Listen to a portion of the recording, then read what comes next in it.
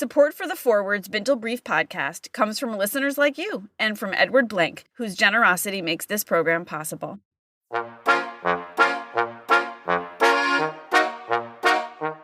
Before we start, we've got a podcast rec for you. Lynn and I give 5 stars to Judaism Unbound. Every week, the show features candid, revolutionary conversations about how Judaism could be reimagined by people on the ground, like you, and not just by institutions. If you love Judaism in theory, but feel disconnected from it in practice, subscribe to Judaism Unbound. With 6 years and 300 episodes of past shows, there's a lot to explore and to inspire you to think differently about what it means to be and do Jewish. Scroll through their back catalog and see what interests you, or jump in with this week's episode. Judaism Unbound is available wherever you get your podcasts.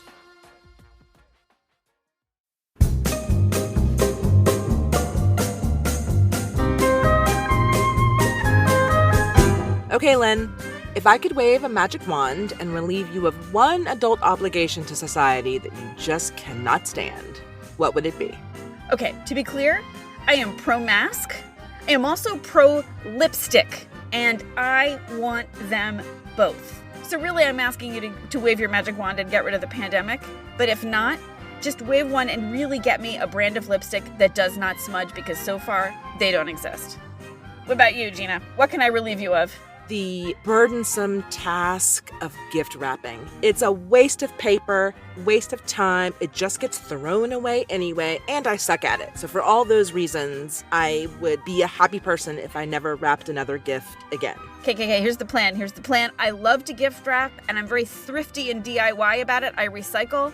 You send me your unwrapped gifts. I wrap them artfully in my lipstick smudge masks. How about maybe the masks that you don't have to wear anymore? Oh, after the magic wand? Yes, yep, done.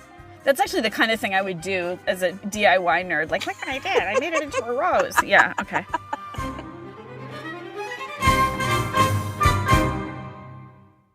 For more practical solutions to intractable problems, send your dilemmas to us at bintel@forward.com, and we'll take care of it. Or leave us a message at 201-540-9728.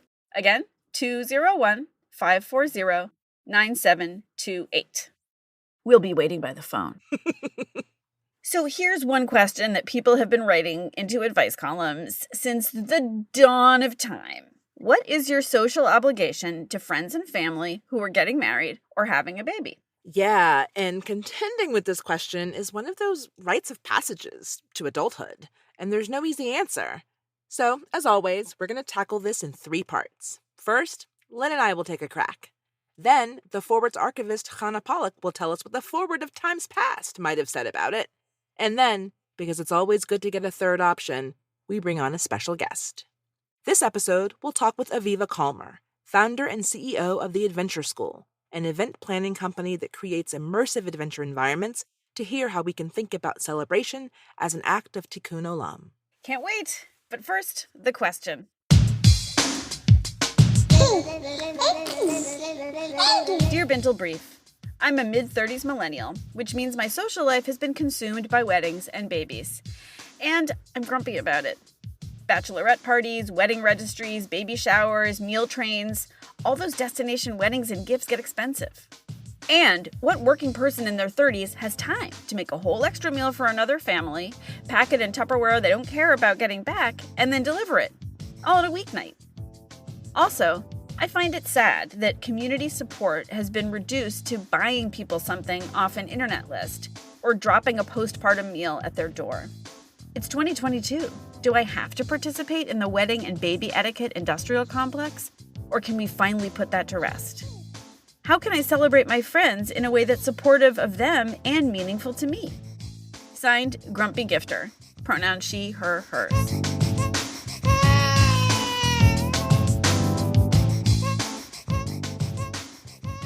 The wedding and baby etiquette industrial complex. Grumpy Gifter, you nailed it with that one. And at the same time, I'm wondering why Grumpy Gifter isn't excited to celebrate these moments. Like, why are these invitations pissing her off? Shouldn't she be happy to celebrate a new baby or a wedding? that really makes me question the nature of her relationship with the very people who are inviting her to celebrate with them. I don't know, Gina. I had the opposite reaction. I really, really resonate with the emotion she's bringing to this. I don't think she's not happy for her friends. She doesn't give us her bio, but if she was anything like me in my early 30s, I wanted to get married. And I wasn't bitter at my friends. On the contrary, I was happy for them. It's not being asked to celebrate them, it's how you're asked to celebrate them, I would say is one thing. So it's kind of like, as you may know, big fan of RuPaul's Drag Race, or any picture, any pageant, or any like awards announcement or whatever. When you're in the running and they give the award, or whoever it is, Shantae, you stay, or you're the next drag, to someone else.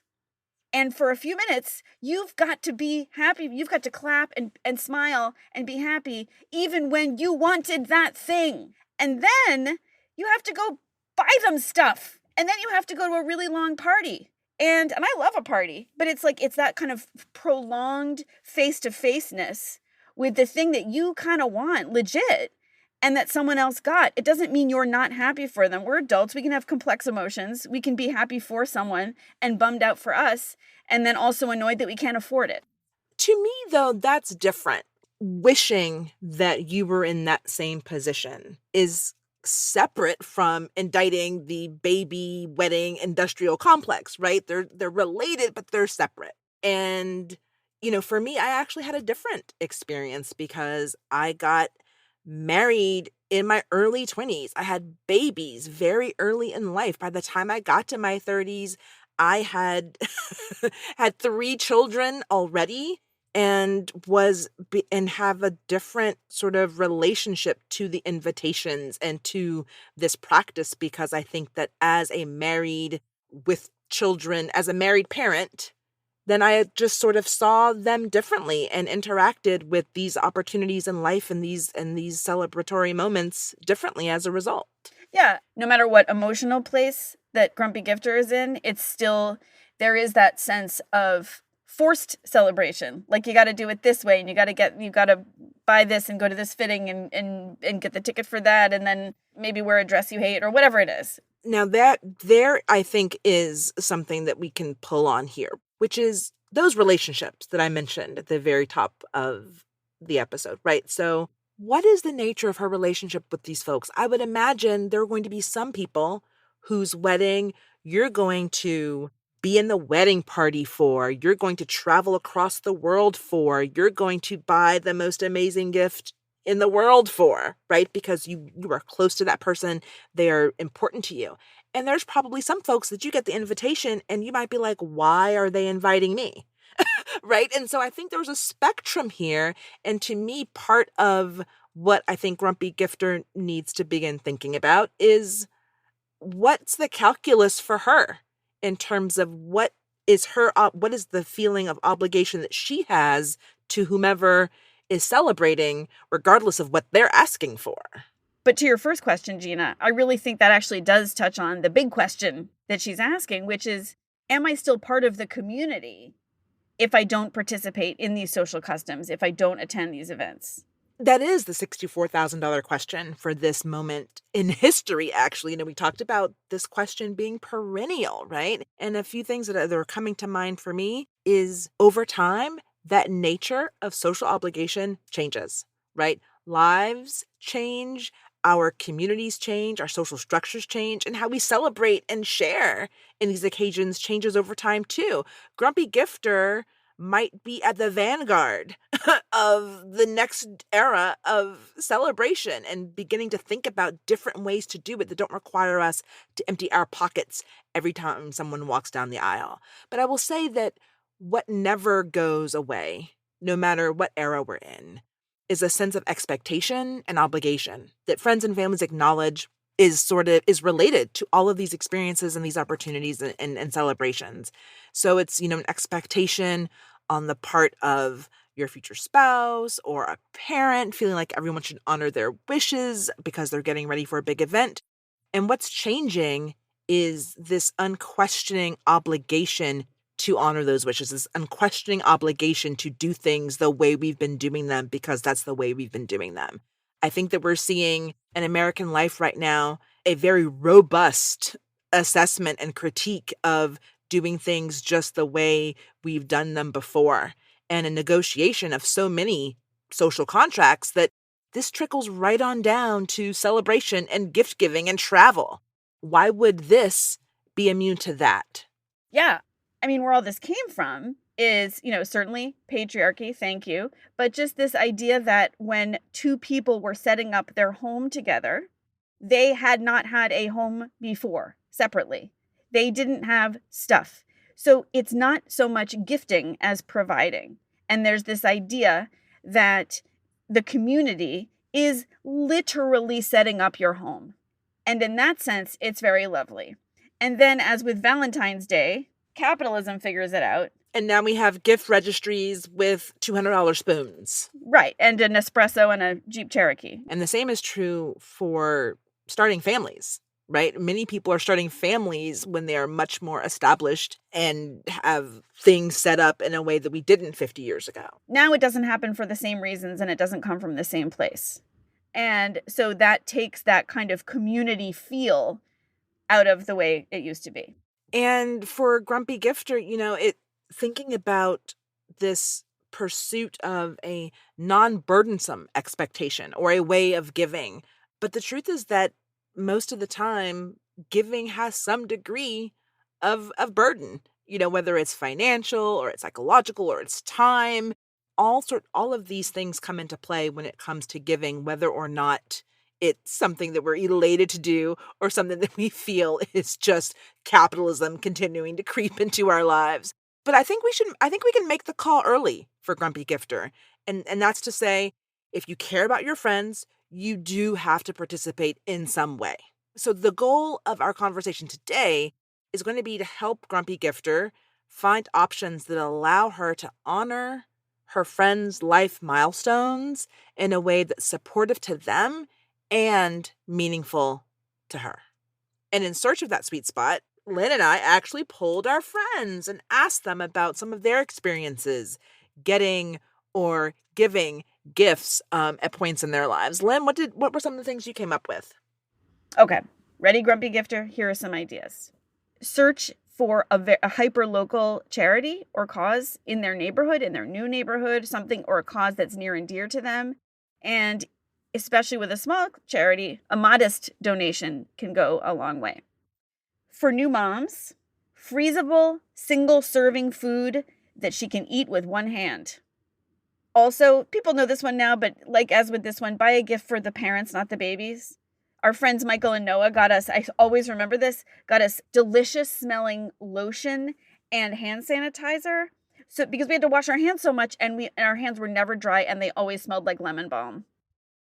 And also my friend Christina, last thing, my friend Christina has been known to help you alleviate thank you note stress by sending with a gift a self-addressed stamped thank you note to herself. That's amazing. I also love any envelope that already has a stamp on it. I love the idea of the freezable single-serve prep for new parents that they can eat one-handed, new moms especially who might be nursing babies. Like, that's huge. And related to that, thinking about how to ease the burden of new parenthood. Like, what is a gift that you can give that will actually ease that burden?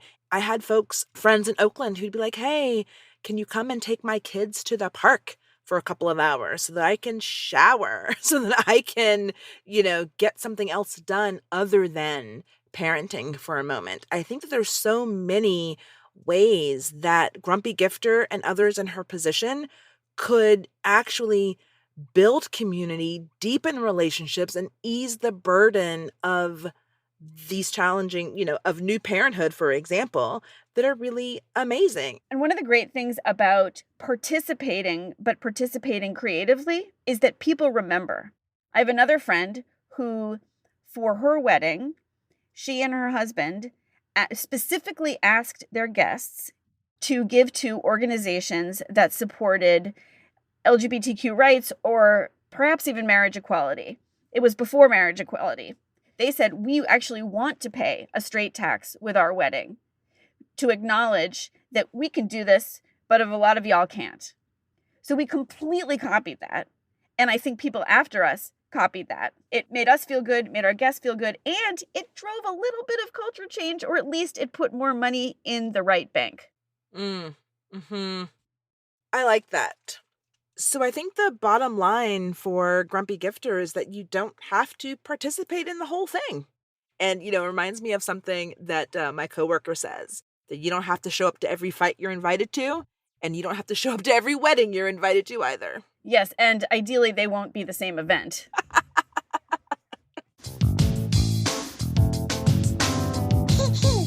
Now that Lynn and I have talked through the modern day perspective on this, let's hear some advice from the past. Welcome to the Forward's archivist, Chana Pollack, who's got a letter from the Forward's back issues. Chana. Hi, Chana. Okay, so if we had Grumpy Gifter, in the Bintel from 1979, we have, I guess, what we could call willful will writer. There's a reader writing into the Forward in 79 that he's actually in the other end of the life cycle complex. He's preparing his will. And there are certain people, spoiler alert, that he's not interested in having as part of his estate, and those happen to be his children. So let's hear a little bit what he has to say to the Forward. Esteemed editor, I've worked hard. I didn't know from days off, and I frequently worked overtime as well. Along with my loyal wife, we supported our children and also saved a few dollars for our old age. I didn't get rich, but as I started to feel I wasn't in the best of health any longer, at 75, I retired. Our 3 children are already independent and enjoy themselves so much they don't have time to visit their parents. They only come over when they want to buy a new car or are planning a trip to Florida, and their loyal mother can't let them leave with empty pockets when they say they need money. And I loved also the phrase he used in Yiddish for empty pockets is ledige keshenis. As I've still got some left over to offer modest sums in my will while I'm still alive, I'd like to see to it that those who are unworthy do not receive their share of my will. I want that bit of my hard work that remains after me to go mostly to institutions in Israel and also to local Jewish causes. And I need a responsible person to help me with this. Respectfully, a retiree. Chana, is the letter writer essentially asking for permission to exclude his kids from his will? That's the basic question. Yes, absolutely. He's writing to the Forward exactly right, for permission to be a grumpy gifter. So, to me, my initial reaction is such disappointment with this letter writer. I feel like it is such a responsibility for parents, for communities to pass on the wealth to the next generation. And I think a lot about how in this country, particularly Black families, haven't had that opportunity to not only pass down the wealth, but to amass it in the first place. And it seems like such an abdication of responsibility. It speaks to me of being spiteful, but also scared to actually have a conversation with them and just do the thing that you do on like Falcon Crest, I'm writing you out of my will, And so it feels that to me is there's some sort of other unmet need that possibly could be addressed. There's gotta be. So the Forward responded to the retiree very succinctly and I think kind of interesting. They were saying that they heard the part that the grumpy will writer was complaining about, the resentments they were holding. But enough Jews leave their estates to various good causes, and it shouldn't be difficult for you to decide what to do. There's no lack of need both at home in this country and in the Jewish state. So they settle sort of the community part of it. And then the kicker, I think, the last paragraph. You also have to see to it that you don't deprive your own folks. And here in Yiddish, they use the phrase eire eigene.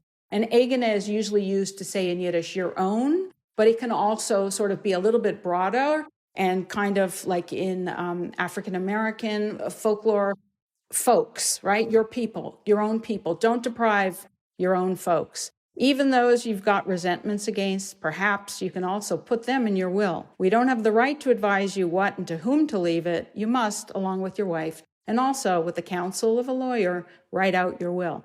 So it's interesting, in 1979, they're also sort of instructing people that writing a will, as opposed to just speaking your resentments, right, is a really important practice. And also with the counsel of a lawyer, right, to make it official. But most importantly, I thought, and where it connected, was that you don't want to deprive your own community, your own personal family community, even those you've got resentments against. The thing I really loved about the forward's answer was that they really gave the grumpiness of the writer its due, right? They weren't trying to just say, well, get over yourself, or, they gave it its place. And they were like, we understand you feel you've been treated unjustly, right? Your kids didn't come to visit. You think they only came when they needed money, and this really hurt you. So they actually addressed it before they went on to say, but doesn't seem quite fair to cut people out like that because of your grumpiness. Yeah, which circles back to one thing we were saying about current grumpy gifter, which is, what statement do you want to make? Like, in your heart of hearts. Think about where is it coming from? What are you mad at? And that could actually help give you a course of action that will either lead you to do something meaningful or just let yourself off the hook. Right. In the same way that the foreword in 1979 addressed and appreciated the grumpiness, the grumps need to appreciate and interrogate their own grumpiness too. Chana, thank you as always for joining us. Thank you. Great to be here. Chana, I think we should just send you a pre-written thank you note. No, you should send us a pre-written thank you note. It better have a stamp on it. We'll be right back after the break. I'm Jody Rudoran, editor-in-chief of The Forward. Every day, my team of creative, passionate journalists works to understand and explain our complex and diverse Jewish world, to cover the rise in anti-Semitism, the changing discourse around Israel, the new trends in Jewish books, film, and food. We're carrying on a 125-year tradition of holding power to account and helping American Jews explore our identities. But we're doing it in new ways that work across generations. If you want to keep up with what American Jews are talking about, sign up today for our free email newsletters. Just go to forward.com/newsletters. One more podcast we're into, it's called Upworthy Weekly. Upworthy's first podcast is a lighthearted look at some of their most popular and engaging stories. Delivered to your podcast feed every Saturday, it's the perfect way to shake off the Monday to Friday news cycle with a refreshing dose of good news. Join Todd Perry, one of Upworthy's most prolific writers, and Allison Rosen, a podcaster, writer, and TV personality best known for the super popular show Allison Rosen is Your New Best Friend, as they go through the week's best stories about humanity. Subscribe to Upworthy Weekly wherever you get your podcasts. We are so delighted to have today as our guest to bring us into the next stage of this conversation, Aviva Calmer, founder and CEO at the Adventure School, a company that creates immersive adventure environments. Aviva, welcome to a Bintel Brief. Thank you. I'm so excited. You want to tell us a little bit more about what you do at Adventure School? Yeah, so we are essentially an event planning company, and the kind of events we have planned has changed throughout the course of the business. But what has stayed constant is that we want to lower people's boundaries, allow them to connect, all different kinds of people at the party, every personality type, allow people to connect with themselves or with other people.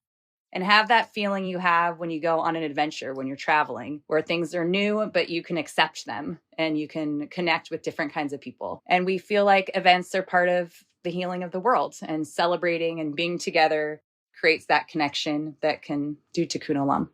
And I also happen to know, a little birdie told me, that you were once on the board of The Kitchen in San Francisco. And as a former Bay Area native, I'm very familiar with the innovative and really sort of vanguard work that The Kitchen does and started doing many years ago. How do you bring that to bear when you're thinking about reinventing tradition? You know, I think there's a lot between the Adventure School and The Kitchen that I see in common, where there's like the essential root of the celebration. You don't need to change that. But then it's, how do we layer on top of them? How do we bring people into those and make it feel alive today? And for anyone listening who's not familiar, the Kitchen is a very cool reimagined Jewish community in San Francisco that's not a synagogue exactly, but it's definitely a Jewish spiritual community that puts on Shabbat and holiday services and engages in social justice and reimagines Jewish communal life for the 21st century. They're great. If you're curious, you should check them out online. But Aviva, getting back to you, my question is, are you able to do that same kind of layering on top of old traditions in contexts that aren't religious? Yeah, that's most of what I do. My favorite work right now is corporate work. And what I love is work is this place you sort of have to go, right? You have to make money some way. A lot of people need to be there. And you're sort of like living your whole life there. And how can you connect with those people? So I love doing corporate events and inviting people to connect in that space in a way that feels genuine to them and welcoming of their whole identity. And the way I find that we do that is by really taking into account that not everybody wants to be at an event the same way. So some people, they want to do a little project and sit there and just talk to the person right next to them doing the little project. They want to do like leather craft. And another person is sort of happy, like roaming around the party, seeing everything that's there and schmoozing. And another person wants to just look and enjoy something beautiful, like someone playing a violin that they made. That I think helps people connect more fully. So our letter writer, Grumpy Gifter, was, caught in the tension of taking part in a celebration versus the over-the-top expectations often around gifting, attendance, wardrobe, etc., all the fuss. And you talk about keeping the core of a tradition. So how do you think about that tension between what is the beauty of a tradition versus the expectations that are often attached to it, and where can one make choices in that mix? Yeah, I think we have to recognize that we're all at our own place when we come somewhere, right? Like I'm with my husband, we're at a party because his company went public. I'm having my own feelings about that. I think you need to acknowledge where you are when you go somewhere and what does it bring you joy to bring? Maybe it only brings you joy to sing. Maybe you don't want to bring a present. You think that's BS. And so when you show up there, you're not the only person. We're not a party of one. A party is a community of people. And everybody else has joy for bringing something different. They're like ready to dance forever, and you can let that shift over the course of the party and show up in the way that you can show up. Because if you show up without resentment and you show up in your best way, that is what is going to make the party sing. I love that, Aviva, but are you saying we have to go to every party and we have to like it? Well, there's the pony up mentality, right? That's one thing. I have to pony up for this one, and I'm going to, right? I need to be there. It's my sister's wedding, and I'm pissed she's getting married before me. But I need to be there, right? That can happen. But no, you don't have to go to every event, but it's certainly a mitzvah to go to certain ones. And I think that there are events that you do need to go to. I think that if you need a minyan to sit Shiva and you can make yourself available, that there's some validity to being part of the community in that way.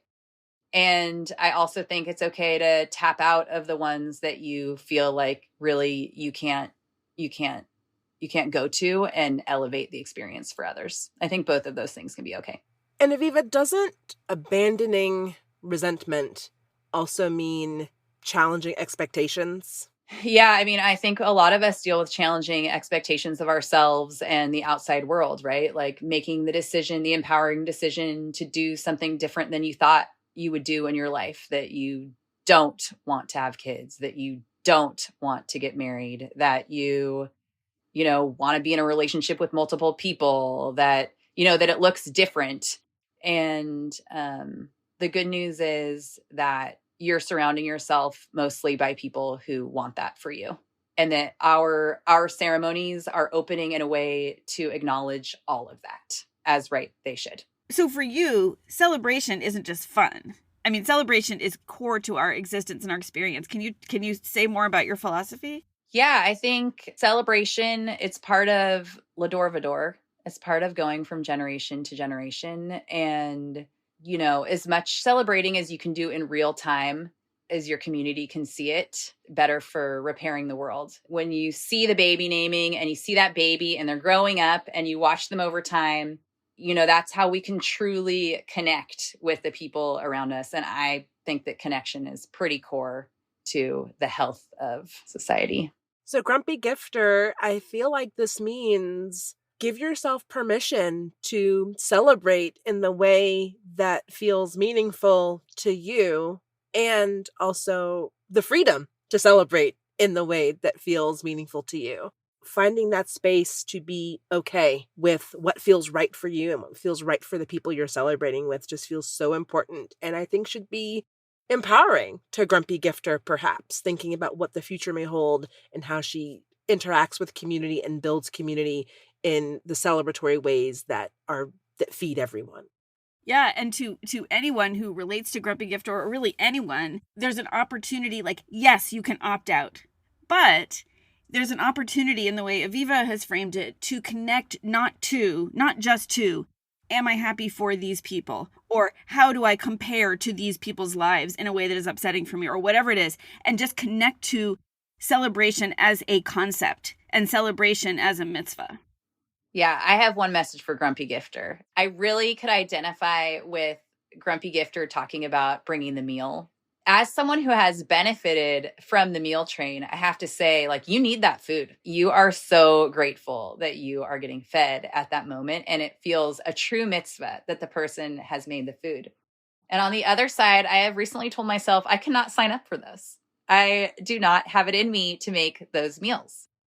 But what I can do is order a bag of amazing Instacart food that gets delivered that is what I know you love, what we loved when we hung out in our college dorm, that takes me 15 minutes to do and is going to bring you a lot of joy. Or what I can do is be the one to text at 2 a.m. because I'm up and this is what I'm doing. And so it doesn't mean you can't give. It means come back and think, what's the overlap in the Venn diagram between me and meal train baby recipient? Where is in the middle for us right now? And when you find that place, you're going to be happy. I'm picturing you Instacarting your friend, what you ate in college. So some Funyuns, a 6-pack of Jolt, and some weed. Exactly. Right. And they still need all of that. They may have forgotten, but they need the weed. They need the Jolt. If they're getting the meal train recipient, they need everything you've just said. Thank you, Aviva. Seriously, it's been a pleasure to talk to you. Thank you. As always, we're closing out the episode with a Bintel Blitz.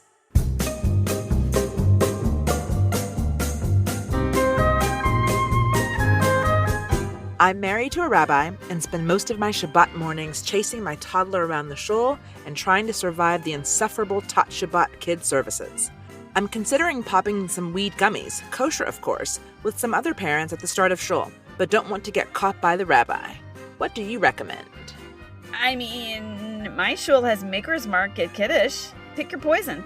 Yeah, and there's strength in numbers. Go ahead and pop that gummy. There are going to be plenty of other parents to catch your kid if they fall off the slide and you're too blazed out of your mind. It's a pot Shabbat.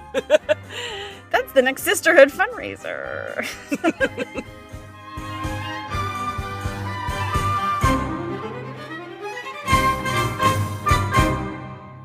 You heard it here, folks. Weed gummies, kosher for all socially painful occasions, as long as you have some backup. And if you have a problem, let us help you.